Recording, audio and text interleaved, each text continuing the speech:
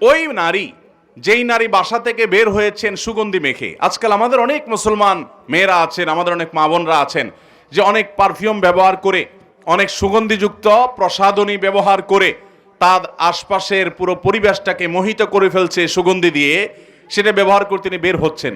এই সুগন্ধি যতজনের নাকে যাচ্ছে তারা ফিতনায় পতিত হচ্ছে, তারা কল্পনার জেনায় লিপ্ত হচ্ছে, তারা গুনাহগার হচ্ছে, সমাজ অস্থিতিশীল হচ্ছে, ফাসাদের দিকে যাচ্ছে।